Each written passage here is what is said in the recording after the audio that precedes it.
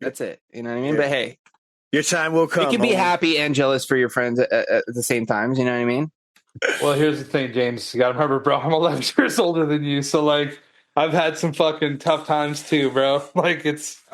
Dude, I'm just fucking talking shit, dude. No. But I'm also just saying, like, I'm old. So maybe I'm just a little bit more due. Maybe you're going to be due in a few years. You're still young. Oh, boy. Well, shit, fellas. Why don't we get into this and start the Shedtime podcast? Yeah, I'm about to rip this bag of gel ski. Oh, let's get into that in 3, 2, 1. Let's go.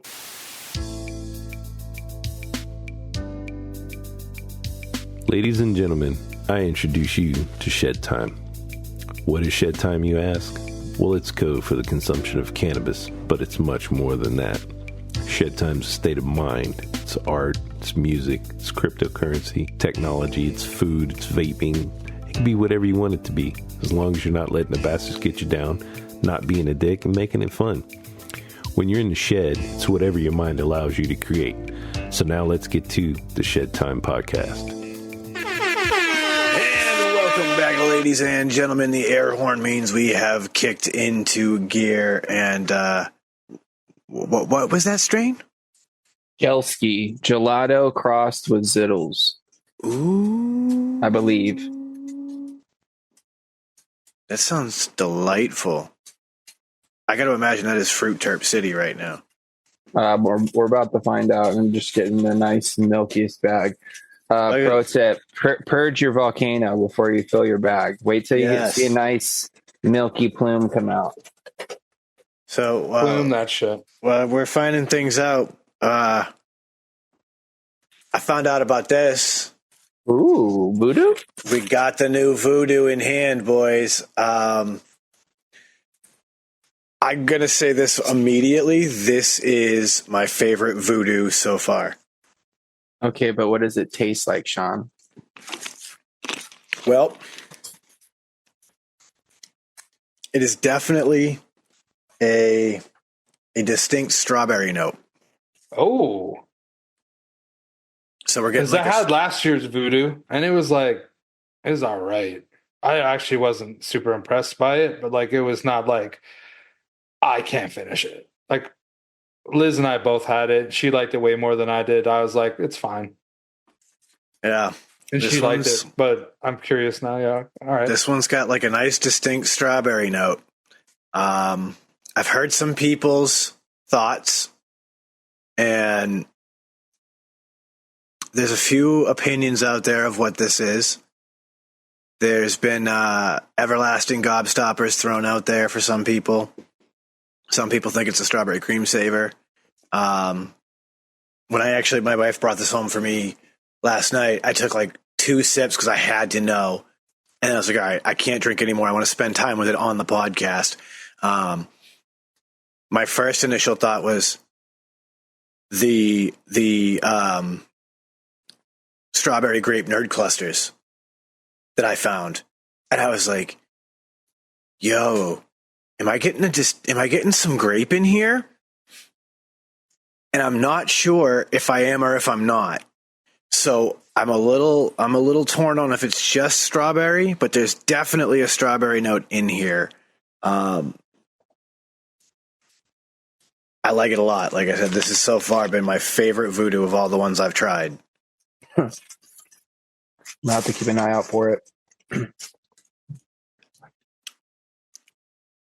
I've just been rocking heavy on those Liberty Chills, dude. Yeah. I've been just enjoying like the Purple Thunder. I bought like 6 cans, and I've just been like having one like every other day. I'm so mad that we don't have that around here. That just sounds like divine. Here's a question though. Okay, this is like a legit question because I don't know the answer. If I were to buy a few cans, would they be not good at all by April? Like it's fucking September.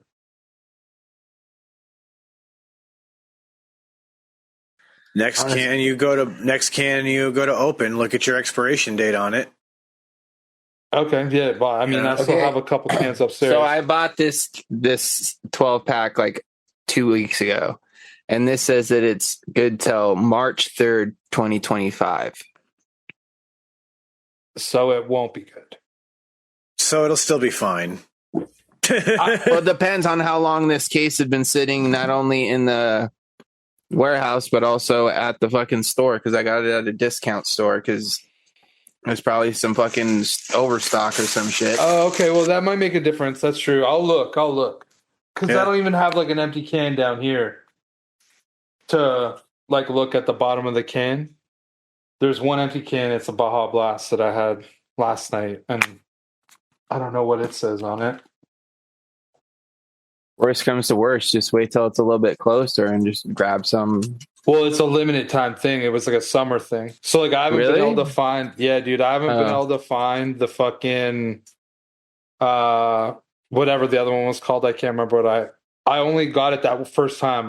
I've not seen it anywhere else. They have the summer freeze one. Yeah, the summer freeze one. I never saw it, dude.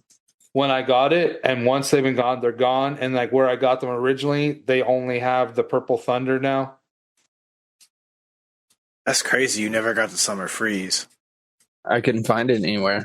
January. I only got like 2 of the 50 flavor one, and that was it. Oh, dude, I can't find those anywhere, Chris. Oh, sorry, Sean. You were looking down. I'm getting into some fucking good old sour, big, chewy nerds. I read the French and was like, what is that? And then looked up and was like, it's been that kind of day. Oh, yeah.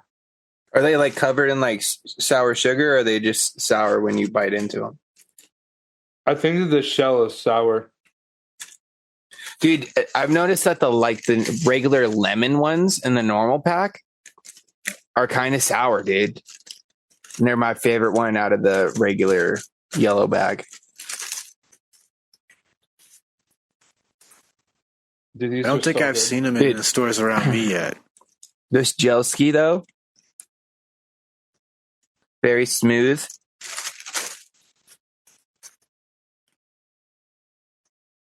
Sweet, yet herbally. It's definitely got like you're saying, some of those fruity terps, but it's still got like some earthiness to it a little bit. It's hitting me in the nasals too, dude. So it's definitely terpy. That is a glorious thing. Well, here, dude, let me just tell you this. Breakdown. We've got total THC A is 34.28. Normal THC is 33.57. 0.28% CBD and 1.47% terpenes. I like this Cam Private Reserve. Do you have that any Cam out near you, Sean? No, I can't say that we do. I like their packaging. It's real classy. It's got the faux wood cap. Nice jar.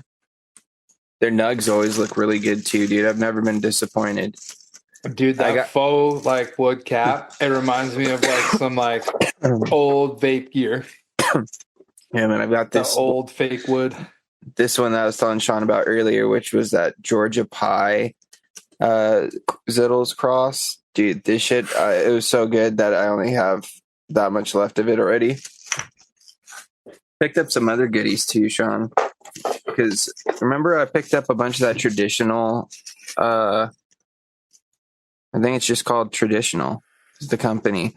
But I picked up a couple more. They're the ones that have the dope little window on there, so you can see your nuggets. Yeah, dude. A little SFVOG for your ass. I had to grab some of that. Coming in at that's got to taste better out there. It just 32. Has to taste better out there than out here. It was like the other OG, bro. It was like as soon as you opened it and smelled it, you're like, yes. this is what this strain is supposed to smell like. I know this is what it is. And I got this one just to try because it's called Blue Donut, first of all. But then when you look at it, it's another one of those cameras not doing it justice, where it's actually more purple. Like those darker patches are actually more purple to the eye. But dude, really happy with this. This is coming in at 29%. But dude, I was really impressed with it. Not a bad price either. I think it's like 32 an eighth on these. And then for these, there was on sale for like 23 or some shit, dude. So I was like, yeah, let me get 2 of each. Try them out. Very, very pleasantly surprised. I know I'm super overdue to get out there and hit a couple of the other dispensaries in my area and pick up some stuff I can't get at my local, because I need some more local roots in my life. But focusing on other things, keeping that money in different places at the moment. I'll tell you one thing.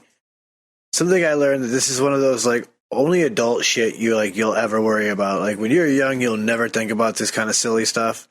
But I had a moment looking at my electric bill and I went, holy crap, I pay more for the delivery of my electricity than I do for the actual electricity I use. Oh, of course. What? Well, dude, that's why, like, literally, bro, like, if you just turned a light on once a day for 5 minutes, that is like the smallest amount of energy. Okay. Like, you had no appliances even.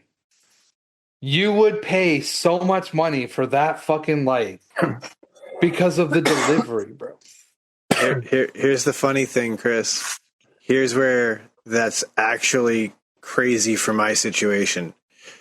I live so close to the power station, delivery is not that much.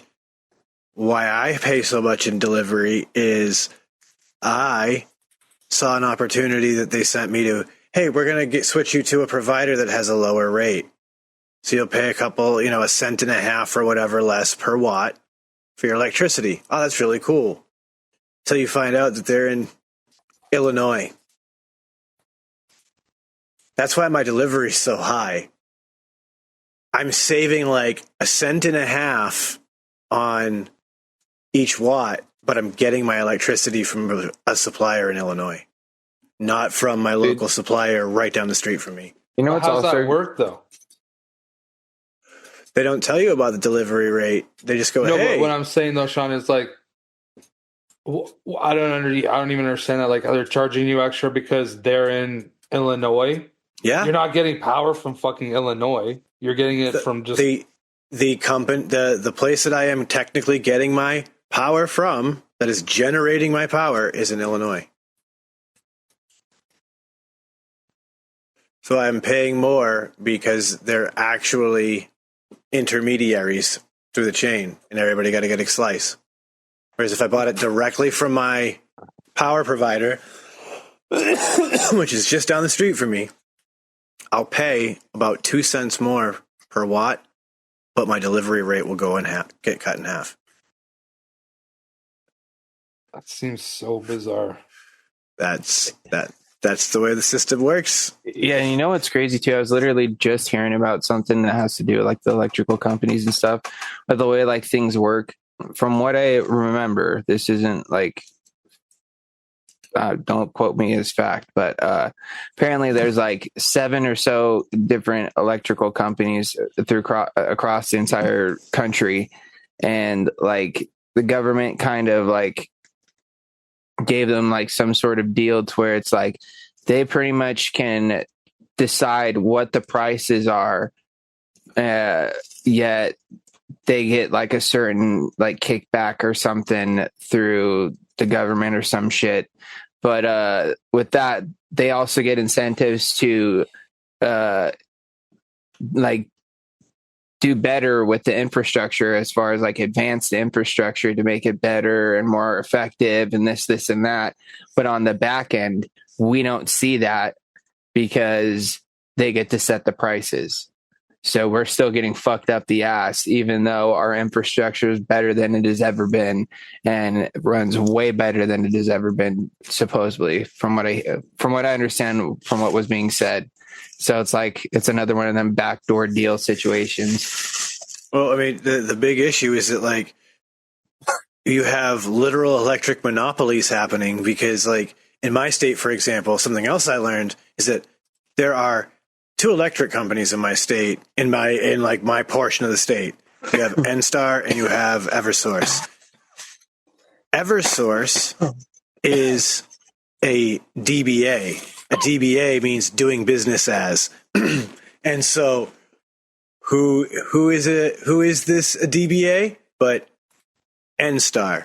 Oh yeah, it's like here. It's like I think we only have one power company. It's Edison. Yeah, that's it. So my 2 local power companies are not competitors. They're the same company, just with 2 separate names for 2 different regions. That's it. Just one's like a subsidiary or whatever. Yeah, like it's just this. It's probably done for tax purposes. I really just wanted to say that word. So that way, like, if NStar gets sued, Eversource is fine. So half the money is safe. Yeah. Like, it's probably all it really is. But, like, the fact that, like you're saying, a lot of these companies then are subsidiaries of a bigger electric company. And so in the end, you end up with these, like, 7 main companies that are setting the rates. And it's insane. And except for Texas. Texas was like, no, we're not part of any of that. And we saw how that happened. So it's cool in the sense that, like, I'm in an area with lots of blizzards, so power can go out, little substations and everything can blow. They can redirect power from multiple substations from all over the state and, from their subsidiaries in other states, if they have to help continue to keep the power grid up in those emergency situations. So, like, the fact that these entities are all interconnected is cool for shit like that. But when you think about the money, it's like, damn. It's like everything at the end of the day, bro. Follow the money and you know what the real deal is. I was watching a thing the other day about these major investment firms, right? So, these companies like Vanguard and BlackRock, and how these 3 companies own majority shares in almost every other major company in the world. Because the way that their investment strategy works, they're putting a little bit in everything from everybody's portfolios. And so because they're the asset managers for all of these different portfolios, they in turn are controlling over $1 trillion in wealth, and they have these investments as the majority shareholders, basically, because they're 5 to 13% of most of these companies. And that's crazy to think about. These are people who are now board members, essentially, as shareholders. They have the ability to help influence the way that these companies operate in the interest of their own profits as shareholders, because what their job is to make the people whose portfolios they're investing into these companies make more money. Because if those customers make more money, they make more money. This is like the way that... Okay. This is the way that I've heard it. Sorry, I'm pretty high right now. So I've heard it like BlackRock, literally, they just run basically everything. Like, so they own the government. Because, like, they just have that much money. They decide. So, like, for example, in, like, cryptocurrencies, all of, like, the beginning, they could have never gotten in. Because they know that at any point that it actually becomes something, they will be able to just put sanctions in, force the government to do things to get them in a position where they can then get in, because they don't need 1,000x. If they can fucking turn like hundreds of millions of dollars, if not billions of dollars, into like a 4 or a 5x, that's like the biggest fucking W that like all these things are like fighting for. So if they do that, then because they have that pull. It's like anything. If there's like a business or like some new tech that they want to get involved in, they can force people's hands to get in at prices that they're comfortable with. And then they might make just absolutely tons of money. They might ruin markets so then they can get back in and ride it again, because then they'll just push and push and push. Like that's the money that you're talking about. Like they can do whatever the fuck they want. It's like, hey, I have so much money in this company that if I sold all my shares, I would bankrupt your company tomorrow. Like, watch me press the button. Dude, that's literally them for like America. Like they could just destroy all of North America. They could probably destroy more than just America. Like, well, that's the thing. Like they're invested in people like Apple, Microsoft. You know, like, dude, could you imagine? They're like, we're just going to completely crush Microsoft right now. Click, all the shares sold. Crash. Dude, they probably threaten that to get certain things implemented. Dude, I don't even, honestly, dude, there's probably so much fucking nefarious stuff really going on, like deep, you know, in the deep state or whatever you want to call it, where like all these actual, you know, decision makers are sitting around, you know, talking shit, smoking cigars, drinking whiskey or whatever, who knows what the fuck they're doing. And then saying, you know what, hey, sacrificing animals. I'm editorializing, ladies and gentlemen. Please don't send the feds to my door. Well, dude, honestly, like the government is like an iceberg. You see 10% of it. Oh, if that, sure. Yeah, 100%. Right? So, like, who knows what the fuck happens? Dude, like, down beneath the surface. It goes deep, bro. Well, that's the craziest part. And that's the thing, too, that's kind of funny because this is going to tie into something else I wanted to bring up, too. Is that's just like the government. And then like you got to think about like all the other circles that are going on within these, you know, billionaire, millionaire, you know, people like the whole fucking Diddy situation, like, and everything that's going to be fucking coming out with that. How many people are going to get fucking aired out whenever like cases and videos and things get leaked or brought up in court cases and this and that. And do you hear that he's refusing to eat in prison because he's in fear of being poisoned? So he stopped eating. I mean, he probably doesn't want to get Epstein, obviously. Like, that's what he's thinking. He's basically that same dude. So he stopped eating. He could ruin so much. Like I've already like seen some things, like of course these are all allegations, and a lot of the things that like I see, I don't really know how much truth to it because the internet's a fucking crazy place now. But like I hear like apparently like Kevin Hart's like going through some shit with his wife apparently because of some stuff that's been leaked out or something. Like, dude, there's so many people within like, you know, Hollywood and like hip hop that are tied to him that are, who knows, dude? Who fucking knows, dude? Well, dude, just even all the stuff you hear about Justin Bieber, right? Like that has nothing to do with hip hop. That's like mainstream, biggest fucking shit, period. You know, like that's way bigger than Diddy ever was. And the fact that he, you know, like they're saying like this person like it was like Usher was his guardian, but like Puff Daddy was Usher's guardian. And then there's like all these stories about like all the things that happened to Usher. And then obviously subsequently happened to Justin Bieber. And like nobody knows exactly. Like I'm sure people do know, but I'm sure there's like something, but it's not. Yeah. Odell Beckham knows. You know what I mean? So like I think that a year from now, we'll still be hearing about this stuff. Because it'll just be this. I mean, literally, yesterday or today, it had to have been yesterday, there was brand new charges brought against him from somebody else who is stepping forward as in light of him being currently incarcerated. Oh, how the mighty have fallen. It's interesting, though, dude, right? You know, it's crazy, too, because though. Of that. Like, I seen this other video real quick, too.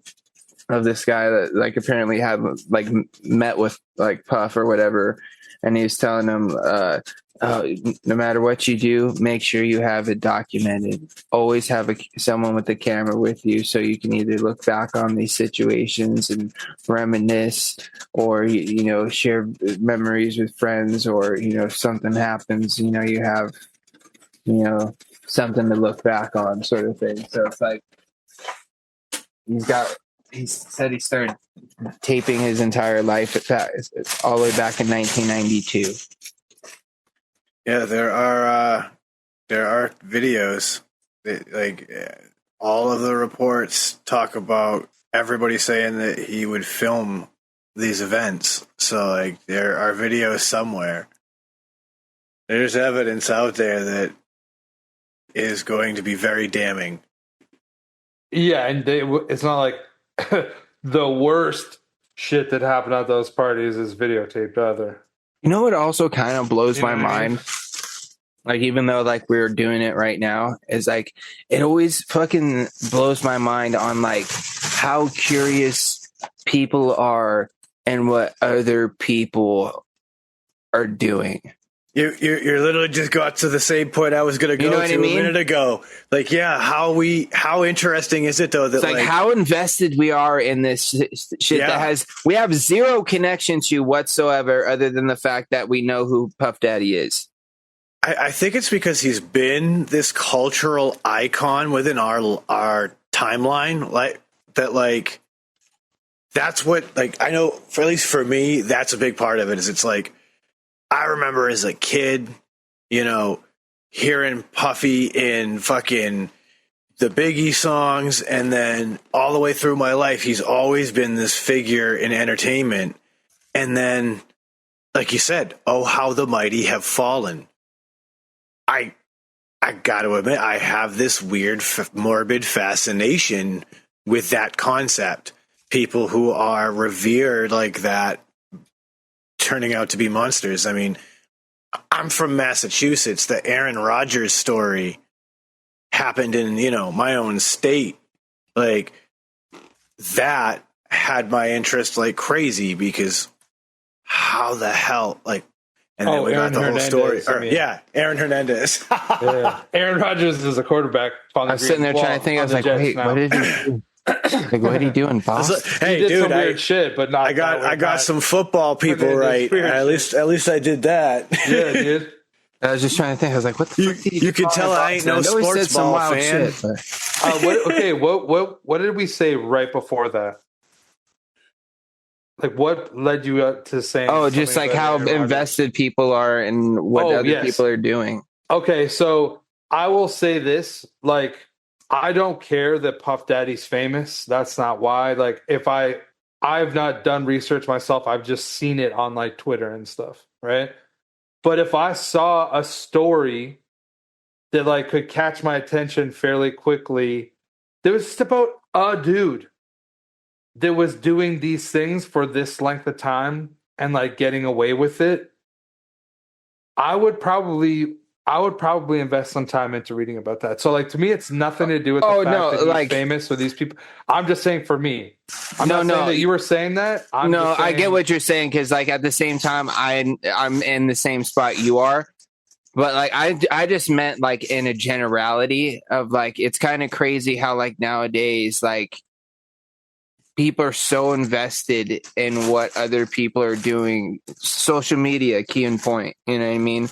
Like, everybody's just scrolling through, looking at what everybody else is posting, what everybody else is doing. You know what I mean? Everybody's watching, you know, YouTube videos of everybody else and what they're doing, and not so much just living in the moment of their life and doing whatever they're doing, and worrying more about the people that are directly around them compared to the people they have zero connection to. That's the crazy thing to me. You know what I mean? But I do also agree 100% when it comes down to like the story, remove the name, remove the celebrity, remove all that. Like, if it was just that about some random guy, I'd still be interested for sure.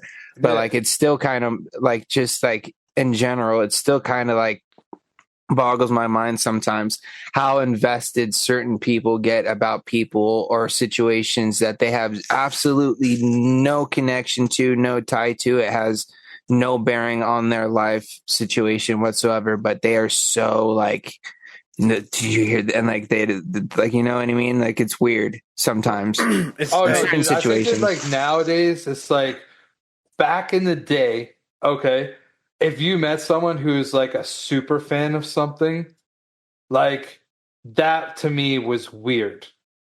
You know what I'm saying? But it was like definitely not as often. Nowadays, you can just have people that are basically like a super fan of something and be able to do all this stuff online as opposed to just like buying a magazine once a month, going to a convention, doing these certain things. Like nowadays, like you can just have a kid that's like 13 years old and can find out every single thing about what's happening with like P. Diddy. You know what I mean? Like there's no, unless hopefully there's no 13-year-old kid doing any of that research because he doesn't need to be learning about any of that shit. No, dude. I agree. But it doesn't mean that there isn't, right? And it's like it's so simple to get carried away with things these days. Like we can get into a fucking 3-hour hole just on YouTube. You know? 30 years ago you couldn't do that because there was no such thing as fucking YouTube. So like how are you gonna spend your time? You'd spend your time differently. So like people just obsess about shit because it's like right there for them to consume. I think the weird thing though is that like so much of it is about monetizing it now. Like I just share pictures of my fish tank on Instagram these days so people can see them if they want to see them. You know what I mean? Like whatever. Like I'm not out there trying to make money on it, but the number of times I get, hey, we can get you, this much money and this many likes and blah, blah, blah. I'm like, that's not what I'm here for. Like everything is about content now. And it is pretty crazy to think about that. Like people are just thinking about how things can become content because all we do is consume content. And I'm not saying we had to make an excuse for the three of us to get together outside of our live show to sit here and just talk, the three of us. And then we were like, you know what? We should fucking monetize this. No, I'm just kidding. That's not how this happened, but that's kind of what we're doing. But it is, right? Like we're part of it. We're part of that machine by creating a 100%. Podcast. I think I said that at the beginning too, because I was like, we're doing it right now. You know, like, I know that I'm doing it. I'm not trying to be hypocritical, but at the same time, it still even boggles my mind that I get so invested in certain things that I honestly shouldn't give two shits about. Like I find myself diving into videos about like, I'll just be like scrolling or something or see like a headline or something. And I clicked it and I'm sitting here watching it. I'm like, what, like halfway through, I'm like, why am I even watching this? I don't even care about, rugby, you know what I mean, or whatever it is. It's like, well, I have like no interest in this whatsoever, but some crazy scandal happened, so I have to watch. Like the whole Alice in Chains thing. Did you guys hear about that? Where Dave Navarro and the lead singer got the Chains Addiction fight. Jane's Addiction. Sorry, well, Alice in Chains. Jesus Christ, dude. Dude, it's on the news every day right now because it happened here in Boston. But it's like, yeah, I don't even like Jane's Addiction. Who gives a fuck? Like, but what, like, they got into like a real fight on like stage. Like he threw a swing. Like Perry Farrell threw a fucking mid song. Like he just kind of like, it wasn't like a full punch, but it was like a couple of like elbows and shit. Yeah, then I think he like kind of went like one of those, like kind of, and then like pushed forward. Security got involved and they cut the show short. And I think they canceled the tour after that. Yeah, they canceled the tour afterward. The fuck? Yeah. It was kind of funny. Apparently, Perry Farrell is going to be going to a neurologist after all this, so I hope he gets what he's looking for. And supposedly there's like some dispute about like the levels that like Perry was saying that he was getting drowned out because the guitars and shit were too loud. So he had like his little module thing there on stage and he's like fucking with it.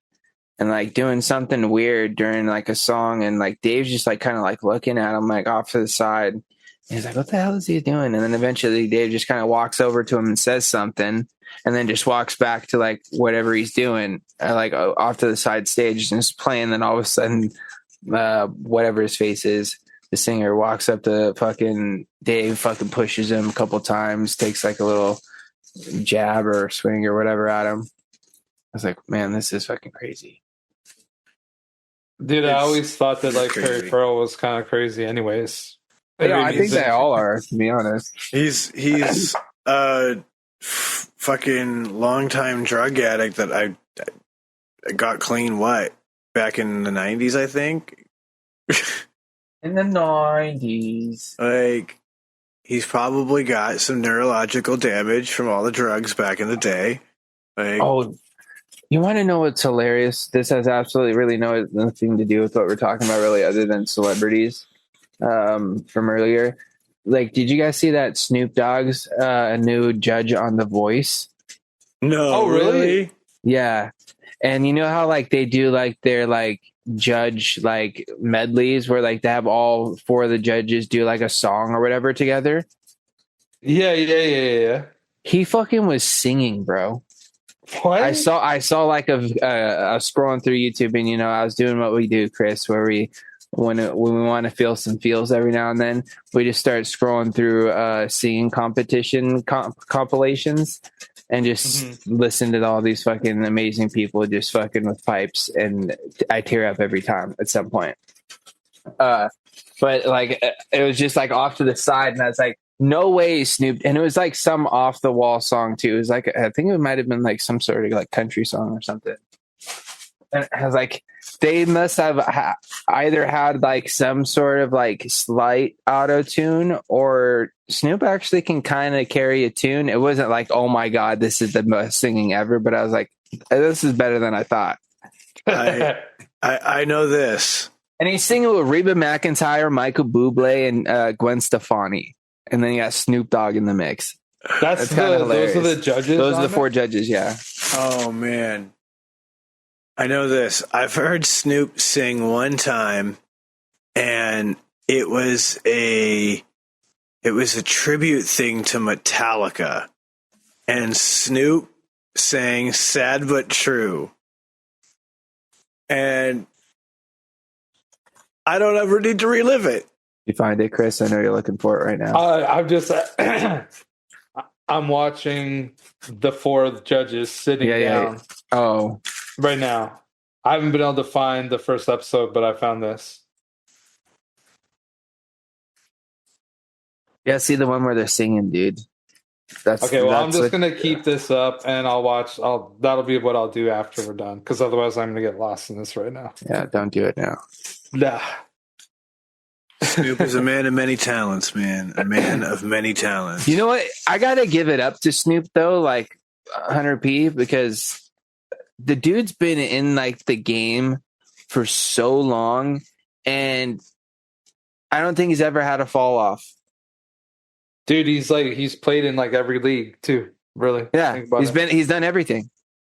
Dude's like done everything, dude. Like, and TV, movies, you know, singing, rapping. He put out a fucking reggae album. You know, he's got cereal so brand. many different fucking businesses. He's in crypto. He's into fucking streaming.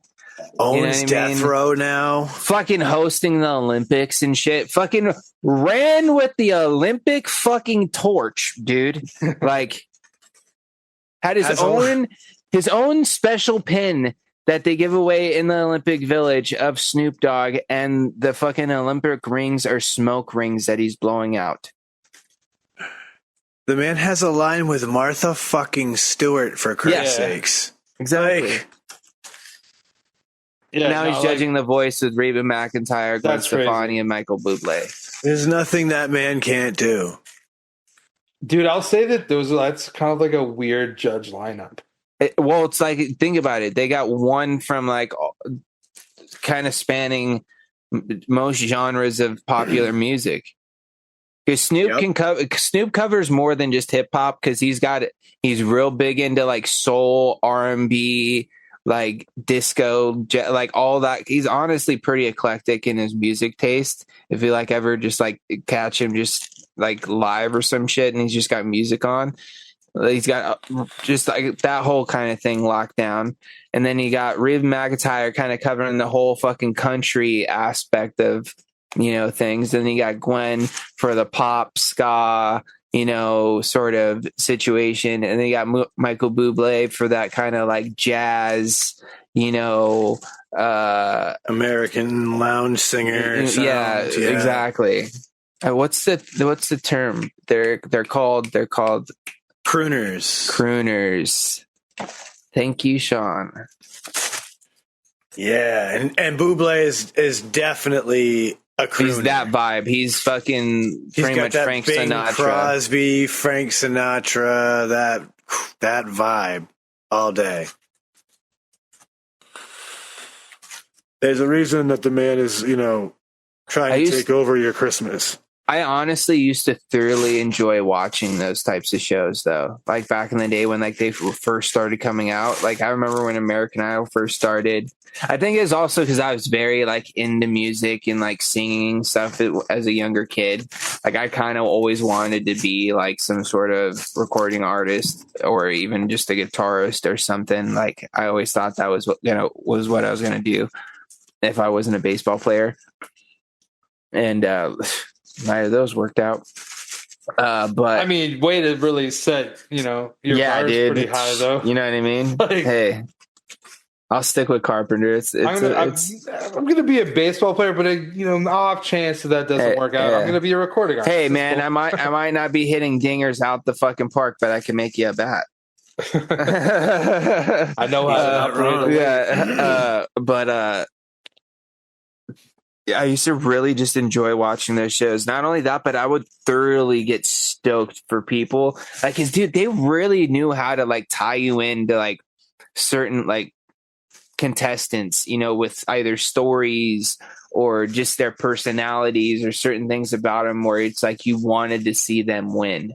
You know what I mean? Uh-huh.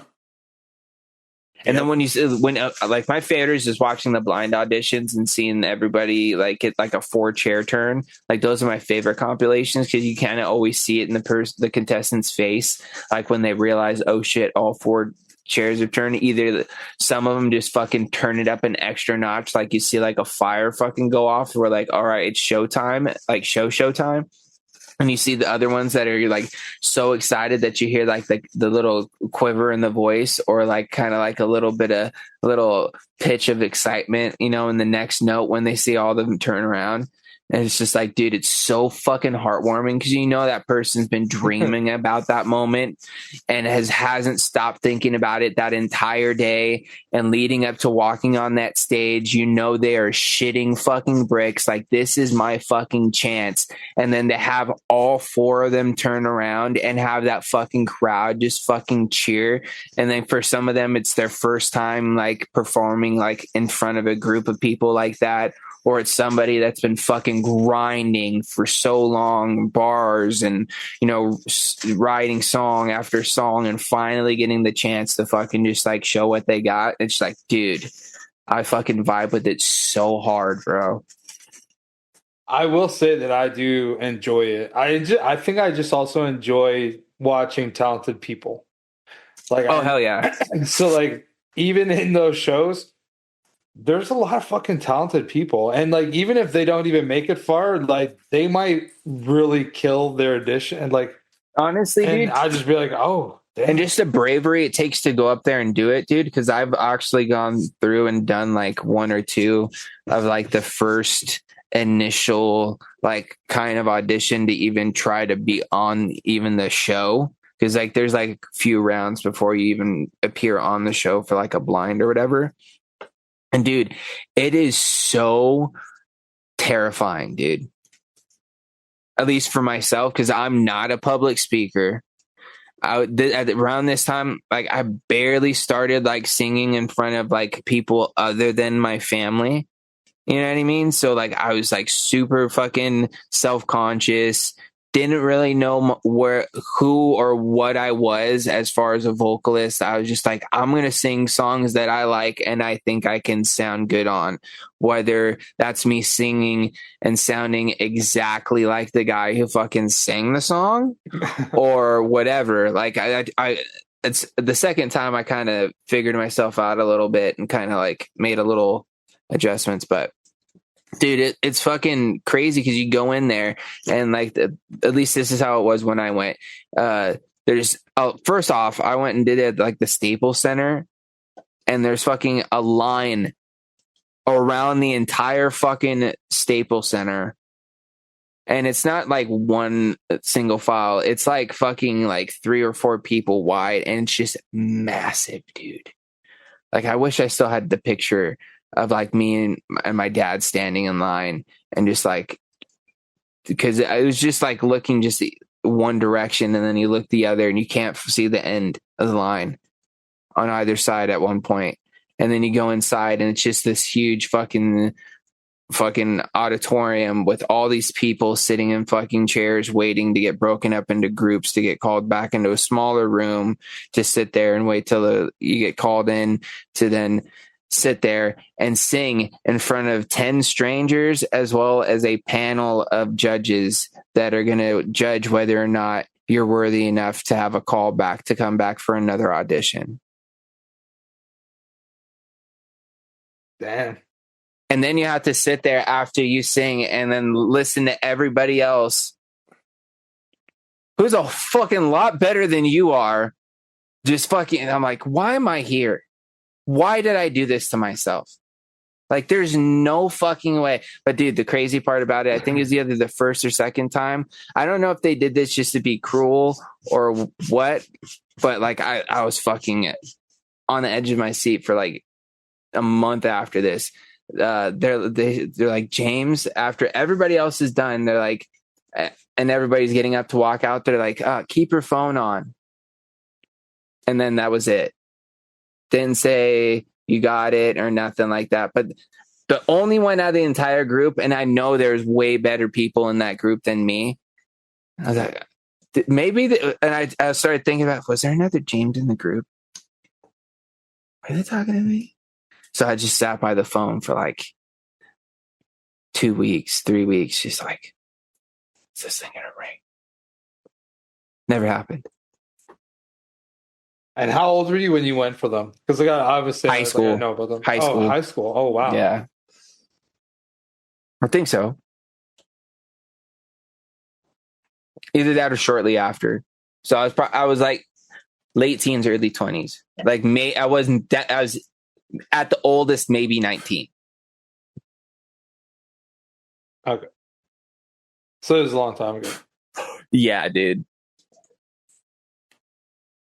I'll tell you what, dude. At that point, I was playing my guitar every day for at least a couple hours a day. I haven't picked up my guitar and played it for more than 20, 30 minutes. Like once every other 4 or 5 months. And how long have we been hanging out? Like 6 years. So 5 years, because the first year we were hanging out, I was still jamming with my buddy. And then like once I left that job, I stopped jamming. So it's funny because I was actually thinking about like the whole just notion of jamming on guitar, like not playing anything in particular, just screwing around, moving through chords, keeping your chops up, that idea. It sounds fun when you're by yourself. You're right. It's not. It's something that like I call it noodling around. I'll pick up the guitar, I'll noodle around for like 10, 15 minutes. And you play the same 3 or 4 licks or same 3 or 4 songs or whatever that you play every time you pick it up, and it's nothing new. But when you're sitting around, you're jamming with buddies, you're like, oh, hey, I was listening to this song the other day. Maybe we should try this. And then all of a sudden someone's pulling up like the tabs or like the fucking chords, or they already know how to play it. So like here, it's like this, or they're sitting there and this is how I learned how to play a few songs when I used to jam with those guys when we do like little bar shows or whatever. The drummer was like actually a pretty like legit guitarist as well, but he just wanted to be a drummer. You know what I mean?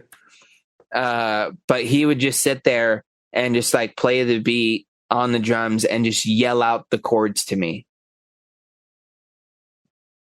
And that's how I learned. And that's how I like kind of like strum until I figured out like the pace and like the pattern. And then like at a certain point I'd be like, okay. And then I'd figure out, I'd listen to it and then like, obviously listen to the song like to the side and like kind of just try to get as close as I could, but also just leave my little stank on it too, you know? That's how I learned how to, what's that song? Josie's on a vacation far away. What's the name of that song? But anyways, that's how I learned how to play that song. I couldn't tell you if I tried right now. But dude, that one's actually a pretty fun song to play. And it's also a great song to play at a bar with a lot of, middle-aged, people who are drunk on like a Saturday, Yep. We had a couple of them, threw in a couple Sublime for the people around my age. What else do we play? Some Weezer. I think it's crazy that like if you went back and played all those old covers that you were playing back then now in the bar, you'd be playing to people your age and they'd all be reminiscing with you. No, yeah, they'd be down. Dude, I was in a bar not too long ago where my wife and I were having some food, and they had the dude in the corner, just playing his acoustic, doing, different songs. And, bro, almost every cover this dude did, they were like these like late 80s to like mid 90s bangers. And like, we were like, dude, I'm jamming. Like Eagle Eye Cherry, Save Tonight. Like, let's go. You know where I could kill too? Is if I went back and started doing some of my older like hip hop, R&B, acoustic, covers that I used to do that they would be those songs, but they wouldn't sound exactly like them. You know what I mean? Because of course I'm playing it on an acoustic guitar. So there's no bass, no drums, no electronic sounds, no ad libs, any of that sort of stuff. So like I tried to figure out a way to do it like that. Dude, some of them I played were pretty sick. And then I figured out at some point that like 4 or 5 of these songs had the same exact chord progression. You know what happens then, Sean?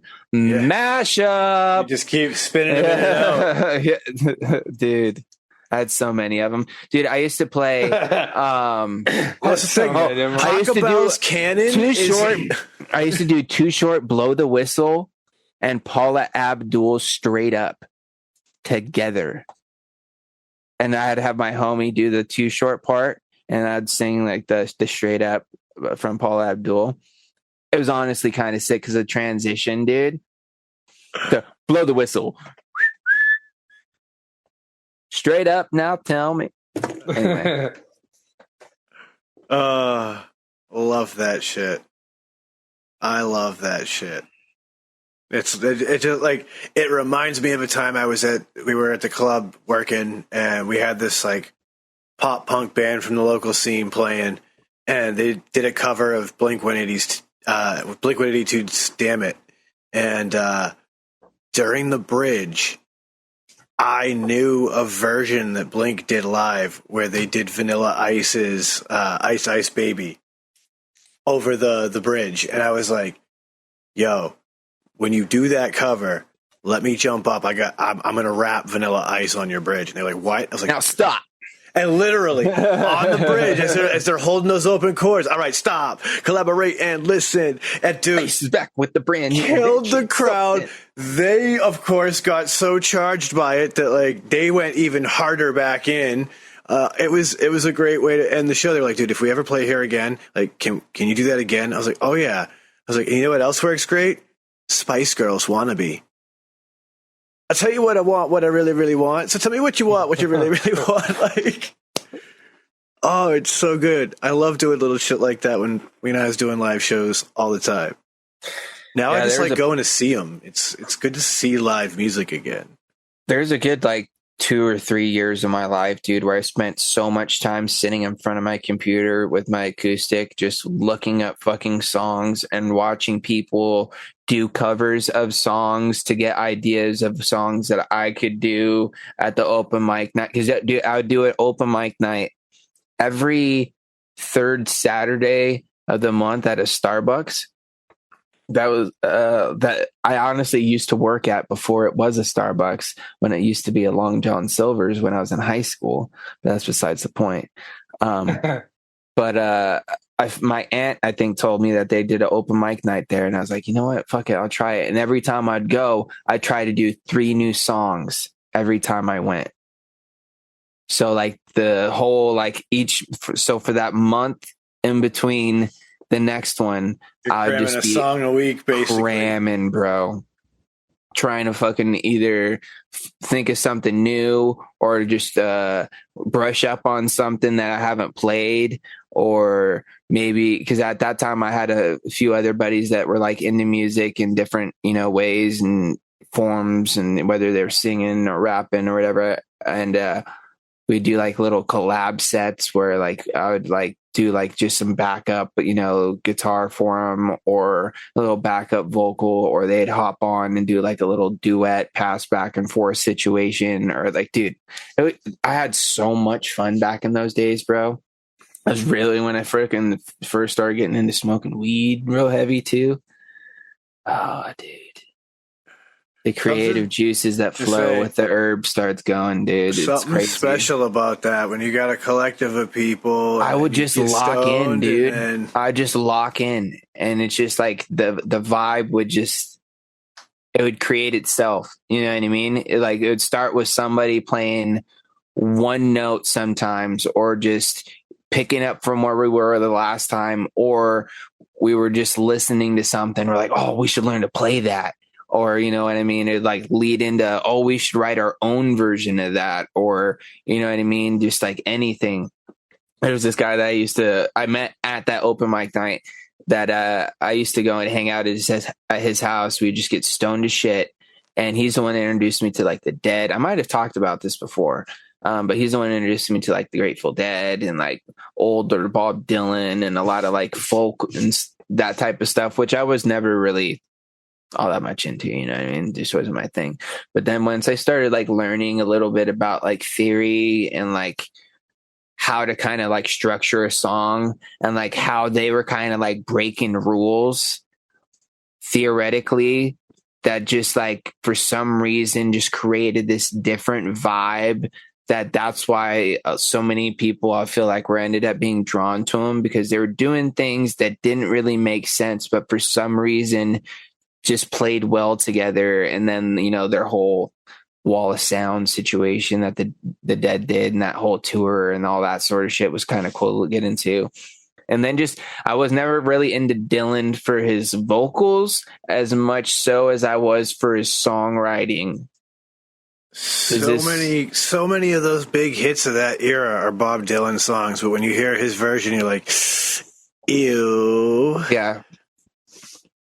There's there's Bob Dylan songs I like to hear, but he's not gather around people wherever they roam. I will say I do love me I can't remember some Traveling Wilburys, so I can't dog the man completely. Traveling Wilburys is great. Yeah, but that's like a fucking super group. Of course it is. That's why it's so great. Dylan's songwriting is all over the album. His playing is all over the album. His singing is used constructively. Where he sings accents the part of the song perfectly. Oh, this brings up a good question. Who for you guys, other than Dylan, is someone that you don't necessarily like their vocal, but you really enjoy like their songwriting, if that makes sense? Or you know what I mean? Or just like you may even like the song, but you just don't like the vocal on the song, if that makes sense. Is there one that like sticks out to you like that? Or it's just like, there's one guy that like, fuck, I just wish it wasn't him singing it. If it was someone else singing it, it would be so good.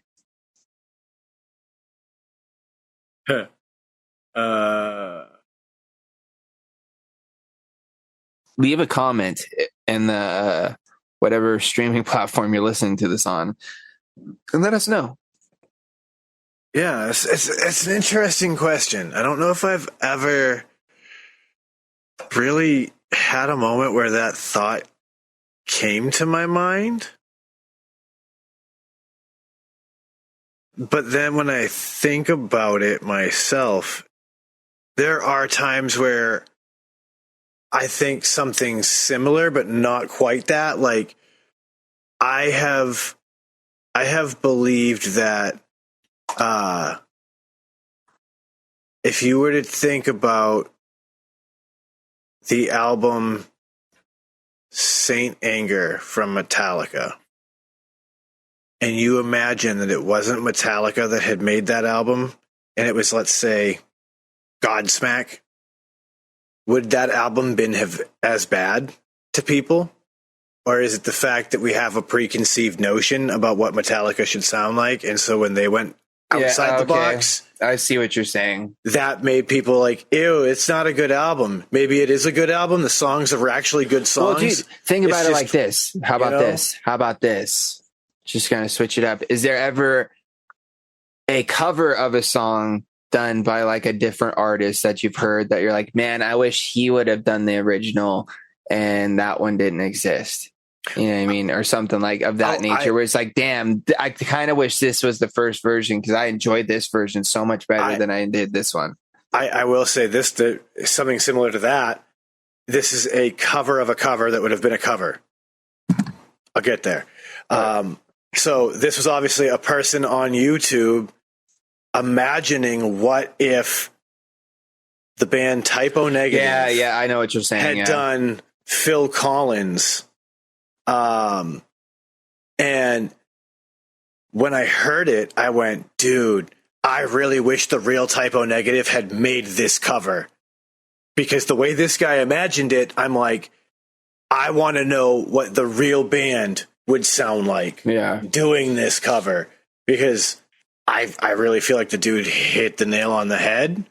And I'm like, if the real Typo Negative had done this cover, would they have done it any different? Would they have gone even more elaborate? Like, yeah, Typo Negative, very, very unique band. Very unique band. I to any of those questions that I had previously proposed. I think that when it comes to like bands, I can't think of like bands that I like their music. Well, maybe, you know what? Actually, here's one. Just I'll throw it out there. I don't like the lead singer of Tool's voice at all. Their music is interesting, so I'll say that. I don't. You know what I mean? It's not like you hate their music as much as you just don't like his voice. His voice. You wish the voice was different. Okay. Yeah. I'll take that. I'll take that. Person, I'll accept that'd be it. one. I think just like when it comes to like a song where you said that, you know, the original is not like the one that you would enjoy the most. Like there's actually another one that you'd like more. Yeah. Like this song, I think that I've heard a lot of other versions that I like more than the original, but it's not like I love the song. It's a good song, but it's Hallelujah by Leonard Cohen. You know that song? Yeah. Like he's Everybody the knows that original song. person, but like tons of famous ass and like really, everybody and their moms has done it to this point. Yeah, and so I think I like a lot of other versions more than his. Oh, dude, there's some Like auditions for like fucking voice. shows that I've seen where they sing that song, and I'm like, fuck, dude. Dude, that's what I'm saying because I've watched them too. Dude, I was like, I know this original song, but The Sun Will Come Out, bro. Better. There's this fucking America's Got Talent, or it might even been a Britain's Got Talent, where this girl comes up to sing "The Sun Will Come Out." I'm like, bro, fuck. If I've got to hear this song, because dude, everybody does that song, or I've heard that song so many times where it's like I don't really know, but the way she did it, bro, I was like. I was blown away. I was just blown away because it was so it was tastefully done, but like it sounded like of the era, like the song was kind of written into, just because of like the tone of her voice and like how she was singing it, because she was singing it kind of like almost like that like 40s to like 50s style. Like, I don't know, dude. I just really dug it. And I was like, damn. Sorry, Annie. Yeah. I think her name was Sydney, the one that sang it. Believe it or not, because I actually seen the clip twice because I had to watch it again when I saw it. I was like, dude, I got to hear this again. It's so good. She put so much emotion into it. Like when you can make me feel what you're singing, like legit, like to the point where it's like I'm getting chills and like it's bringing me emotions that I didn't even know I was feeling at the time. Dude, that's when I know I'm in it. I catch myself literally lost. And then all of a sudden I'll look at either like catch myself because I'll have my camera on and not realize that it's on. Or I'll just like, obviously just like notice that I've got like fucking, a little fucking tear developing. I'm like, damn, dude, this is hitting me right now. Some good shit. I love getting the chills from music. Dude, it's my favorite feeling, and that's why I love watching those shows, because you get to like find people with these fucking amazing voices, bro, that probably never would have been discovered if it wasn't the opportunity to, go on and do the show, whether they make it or not, dude. So many people have actually gotten careers launched off of that, whether it's taking a little time after that or have gotten the chance to actually relaunch a career sometimes, which is crazy. Dude, I actually saw that there was I can't remember which one it was. It was like The Voice, maybe Australia. And it was like this woman that had already had like somewhat of a successful music career, but she was always like a backup singer. Yeah. And then she decided that she was she for Prince? What's that? Was it for Prince? No, never mind. I'm thinking of America's Got Talent. There's this backup singer for Prince that eventually, got on AGT, dude, and came out and fucking blew the roof off this. Yeah. Okay, I think I saw that one too. This is probably different. Yeah.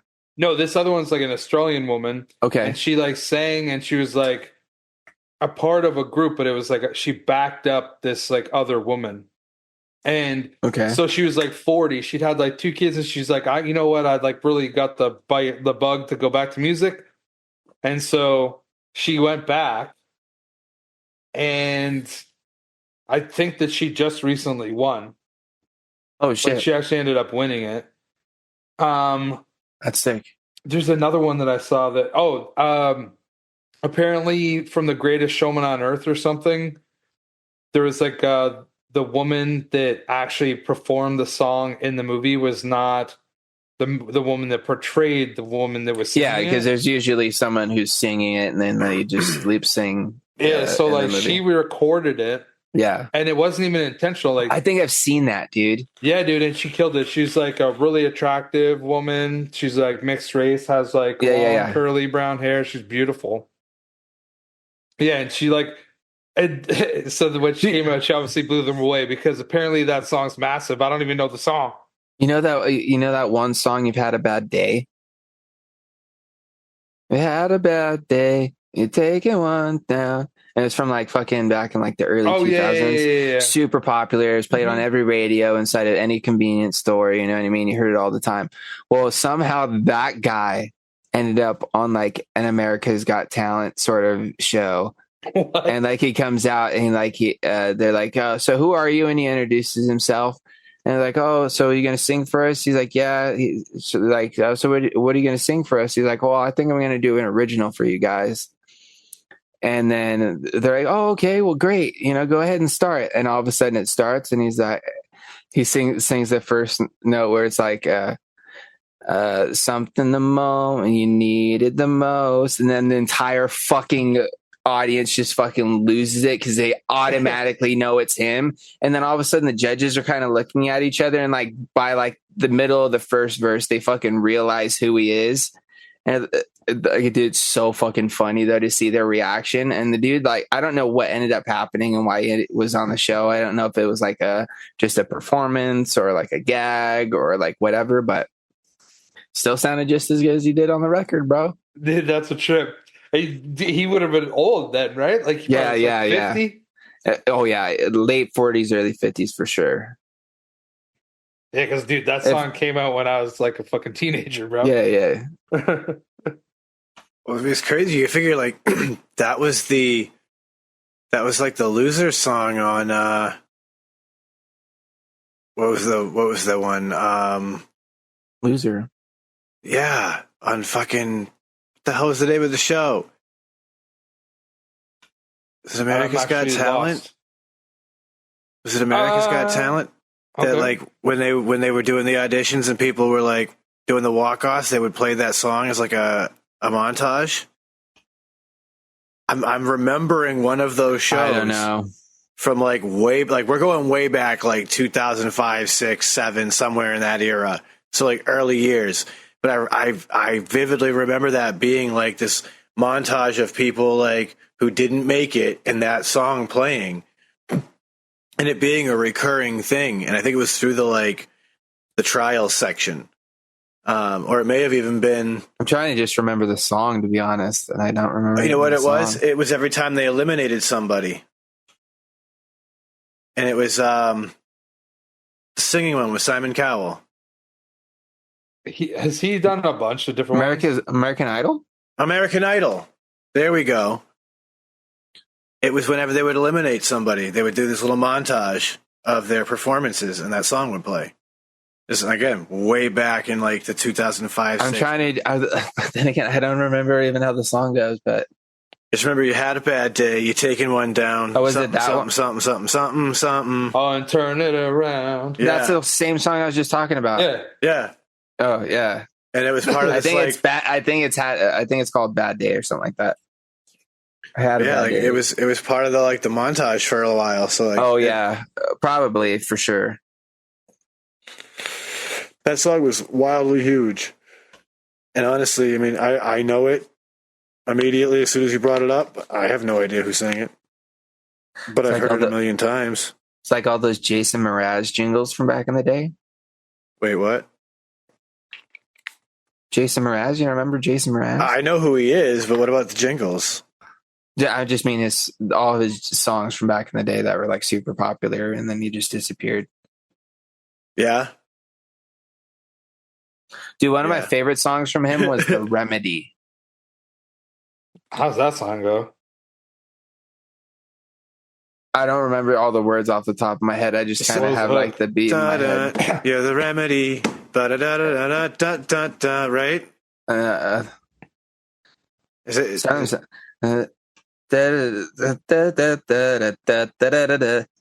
You just have to just look it up, Chris. You got Spotify open, bro. What are you making me do this for? What is it? It's just called The Remedy? It's called The Remedy, bro. Yeah. I don't think it's going to be your vibe, bro, but for something about it, it was catchy. Yeah, you got it, Sean. Yep. I'm remembering it now. The Remedy, I Won't Worry. Is that what it is? Is that Jason in parentheses? Mraz, right? Yeah, that's it. If it's Jason Mraz, The Remedy, that's the song. Yeah, I remember that. That song was huge. There's no song that got my mom hooked on Jason Mraz, and then I got introduced to Jason Mraz. And of course, if you played guitar back in that time, you had to learn some Jason Mraz songs because the ladies like Jason Mraz. I mean, this definitely sounds familiar. I haven't heard him sing yet. The chorus is my favorite part, though. Yeah, I'm having vivid flashbacks. You wanna spend the rest of your nights with the light on, so shine a light on all your friends. Is it all amounts to nothing in the end? Dude, it's in my head. I gotta listen to it after this. If I listen to it now, I'm gonna start singing along, and it'll be all bad. It makes me think, I wonder if he's one of those artists who's they didn't fade into obscurity per se. They just kind of fell into their niche. I think he kind of faded because he put out a few more albums after that, and then I don't think they charted as well. Like Michael Posner, bro. Remember Michael Posner? Oh, dude, he's written so many pop bangers. Yeah, but you remember what happened with his career, dude? He came out fucking hot, and then gone. Yep. That's the danger of the record industry, though. I've seen a video of him talking about it. Me too. I've seen the same one. It's so crazy, dude. It's wild. Because like that is the cool thing though, right? It's like, all right, he comes out super hot like that, and then it does fizzle out. But then, like he was saying in that whole interview, like now he's sitting with all of these just absolute bangers that he knows are going to be huge hits in the vault, and it's like, what am I going to do with these? He's like, yeah, I can't even do it. I might as well just sell them to other artists. And it was smart. Now he's got platinum plaques on his wall from all of these different artists because of the songs that he wrote. Like, I will say that Jason Mraz like really never stopped putting out music. He's still putting it out? Dude, yeah, he had his most recent album came out in 2023, but he put out one in 2022 and 2021, and then 2020 or 2018. So, like, yeah, he's never stopped. He's just not. Yeah, he's just, so dude, he has 18 monthly listeners on Spotify. Like, there's obviously enough people that care about him. Hey, man. That's a pretty good number. Dude. But also, that type of music's not what's popularly being played on radio and stuff anymore. You know what I mean? Yeah. Well, I mean, that's the thing, right? It's like the pop radio stations. That's pay to play. You know, it's the record. Well, yeah. It's just it's not what's being It's not what's being pushed anymore because it's not what's selling. So, like, if a record label decided to just put the money up on a Jason Mraz single, and it started getting rotation, it would blow up. Remember Gavin DeGraw, dude? No. He's another one of them. I'm just thinking about all those same guys that were in that same lane. What song did he do? He did a couple real popular ones. I think one of them was even like a theme song for a show at one point. There's so many artists like that. Like, do you remember Lisa Loeb? No, of course. Yeah, like, I love Lisa. I remember one song for sure, but what's the song? It was like, you say you don't want to, or stay. Yeah. I only hear what I want to. Yep. Yeah, I don't think I know that one. What was the fucking chorus to that song? That's it's a weird song. It doesn't have like a full on chorus. It's like, you stay.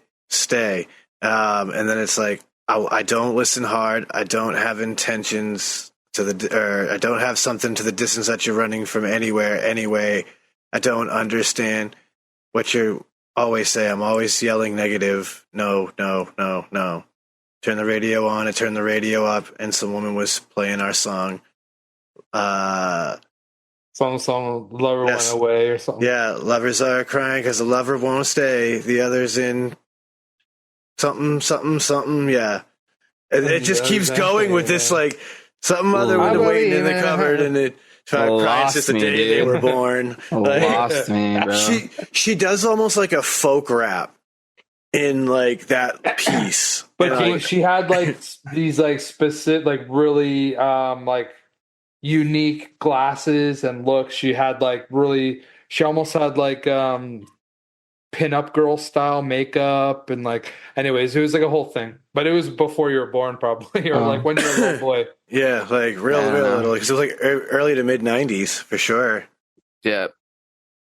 She even actually, so I know this because I watched the entire Fuller House in the last like 6 months or so, and she actually was in Fuller House. Not that you would have watched that, but yeah, no, she was. She was. Oh, I better go watch it now. Well, I don't really know if it's worthwhile, but you could. Oh man, she's got a really good voice, and like, she was like this just more or less one hit wonder. She had one other hit besides Stay, but Stay's the one that everybody knows. And yeah, like, I don't know. She was the only Stay liked. I know is from a totally different band, and for some reason I can't remember what they were.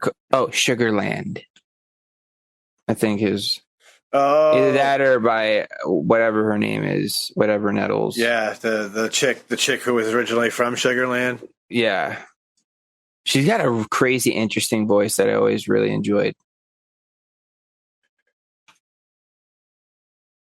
I'm trying to remember. Was she the one that did an album with Bon Jovi? I don't know if they did a whole album, but they definitely did a couple songs for sure. Okay, because like I remember. I think they went on tour together. I remember when my mom was alive and the Bon Jovi crossover song being on the radio at the time, and me be like, "This is so weird to hear Bon Jovi this way." I think fucking Bon Jovi. I think shot through the heart and you're to blame. Yeah. You know, like it's weird.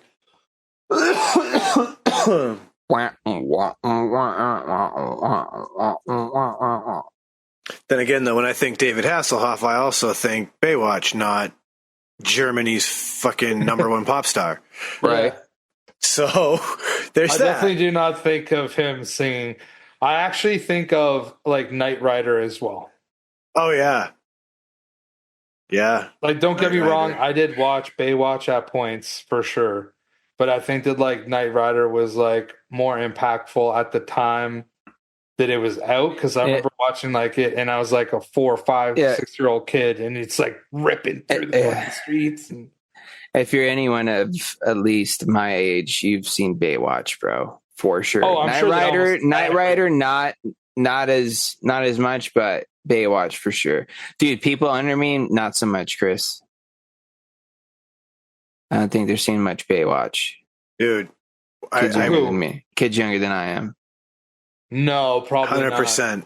Like kids that are 20 probably haven't watched that much Baywatch. No. I work with some 20-year-olds, and it can be wild sometimes. The Baywatch they're going to tell you about is the one with The Rock and Zac Efron, dude. Yep. Yeah, that's if they've even knew about that movie. I got a kid I work with that may not have even known that movie ever happened. That's like a decade old already, too. I think that there's like a newer version of like something almost like it with kids, though, that's on Netflix. It'd be like the Teenager Lifeguards or something. Surf Watch. I don't know. I've seen it. As I scroll through Netflix. I don't know if I like the correlation with that kids and Baywatch. If I just know this, if you're gonna give me little 90s, less running on the beach with like the tiniest more saving lives and actually more storylines away from the running on the beach and more young kid antics. Man, if we're gonna reboot, it's like the Salute Your shit, Shorts of Baywatch, you know. Let's reboot Salute Your Shorts. Dude, we're gonna reboot quirky shit. They just need to go back and reboot all of the old '90s Nickelodeon shit without. I'll take some Hey Dude without the scandal. Dude, I'll just take new shit that's good. That too. I don't know why. Like I just want news stories across the board. Dude, that's why I'm just going and recently I'm just going and watching and reading shit that I just haven't either read or heard about before. Well, not necessarily heard about, just haven't watched recently, because I'm just looking for new, different things to watch, because I'm tired of kind of watching the same old things all the time. Honestly, I'm kind of just getting bored of scrolling on YouTube trying to find things to watch, and I'm watching stuff that's really not that great, and there's only so many Bob Dust sports videos. You know what I mean? Because that's all, honestly, there's like 2 or 3 like people that I'll consistently watch, and then other than that, if it's not like a podcast episode that I'm super interested in, most of those I'll just wait and listen to at work, because I don't necessarily have to watch it. I just start clicking on stupid shit, or I start going through shorts, and I'm just scrolling through shorts for 3 hours.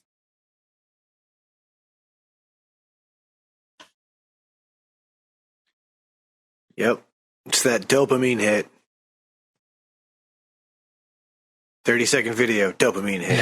30-second video, dopamine hit. Oh, dude, that's why I never fuck with fucking shorts or TikTok. Well, I don't have TikTok on my phone for that reason, but then I start going through Reels on Instagram. Yeah. Well, that's the thing, right? They've integrated it into everything. It's on it's like fucking Facebook's got it, Instagram's got it, Twitter's probably got it now. When I use my YouTube on my phone, I only ever use my YouTube on my phone to pull up a video. And there are times I will open my YouTube and it just opens to the shorts. I'm like, this is not why I'm opening this application. This is not why I'm here, sir. Like, I'm not trying to give you 3 hours of my time scrolling. I just wanted to find that quick video so I can see how to cook that food real quick. Like, that's all I'm trying to do. But that's a topic for another day, because we are coming to the end of our show. So, ladies and gentlemen, thank you all for tuning in so much. We appreciate you all. Do give us a like, a follow. All of that really does help us show up in the algorithms and, get discovered by new people. So with all of that, I'm going to go ahead and throw it over to Uncle Chris to bring us home. Thanks, everybody, for tuning in. Appreciate you all. Of course, check us out Friday nights, Frames Jekyll Vapor YouTube channel, 8 o'clock Eastern Standard Time, Green Room. Come kick it. If you want to kick it, learning about us, go to shedtimepodcast.com. Of course, you can stream the podcast from there. Every episode's on there, or you have access to all that stuff. So feel free to check that out. And you can check out our Patreon also. That'd be cool. No pressure, though. So with that, I'm going to say everybody have a good week. Live your best life. Frames. Well, Chris pretty much covered everything, so I'm just going to say shout outs to the Shedheads for all you guys' continuous support. Make sure you're leaving those 5-star reviews. Other than that, I'm going to end as I always do, sending out all those positive vibes. Chris by 5s. Don't forget to tell somebody you love them, and a little bag or dab will do ya. That is a fact, my friends. So, one more time, ShedTimePodcast.com has links to everything. You can find the Frames Jake, my favorite channel. You can find a merch. You can find the Patreon. You can find a way to stream the show, and so much more. So, with all of that, I'll tell you, don't let the bastards get you down. Be cool, don't be a dick. And whatever it is that you do, try and have some fun, because it's the ShedTime Podcast, and it's time to roll on up and roll on out.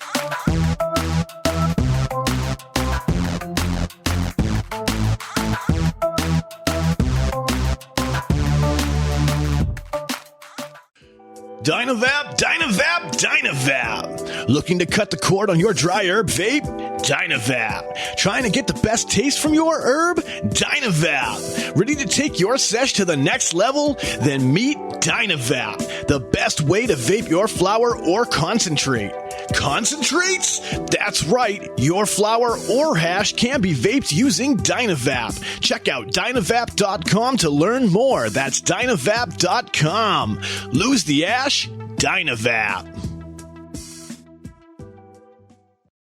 What's going on, Shedheads? It's your boy, Frames Janklin. Are you looking to step up your match game or have a raw copper, brass, or stainless mod or RDA that you're absolutely tired of polishing? Then you need to go and hit up my man Ashton at Palmer's Powders. He does some absolutely amazing powder coating work. He offers many different colors and finishes at an absolutely killer price. This man is taking powder coating to a whole new level, and he can make your setup an absolute masterpiece. You can go follow him over on Instagram at Palmer's Powders, and you can go check out pricing on his website, palmerspowders.com. That's palmerspowders.com. And as always, let's just vape on, Shedheads. I want you to think of your favorite rebuildable right now. Yeah, okay, so you have a layer cake in your hand, and now you're about... Oh, sorry, yeah, that's not everyone's favorite. That's just mine. So think of your favorite rebuildable atomizer. Think about how good of a vape it produces for you. Now, take that and amplify it. And the way that you amplify that is you put in some Breezestone coils. Breezestone coils are handcrafted in Adelaide, Australia. They're made from some of the finest quality wire that you can get. I believe it's wire Buddha. You take those coils, you take them out of that phenomenal packaging that clearly shows how much care that Adam puts on the quality of his coils and the assurance that you get them in good shape. You put them in that favorite RDA, and guess what? You have coils that now sing better than Celine Dion. Go check out Breezestone coils. You can find them on localvape.com and also steelvalleyvapors.com. Solid. Cheerio, mate. Throwing the shrimp on the barbie. All right. All right.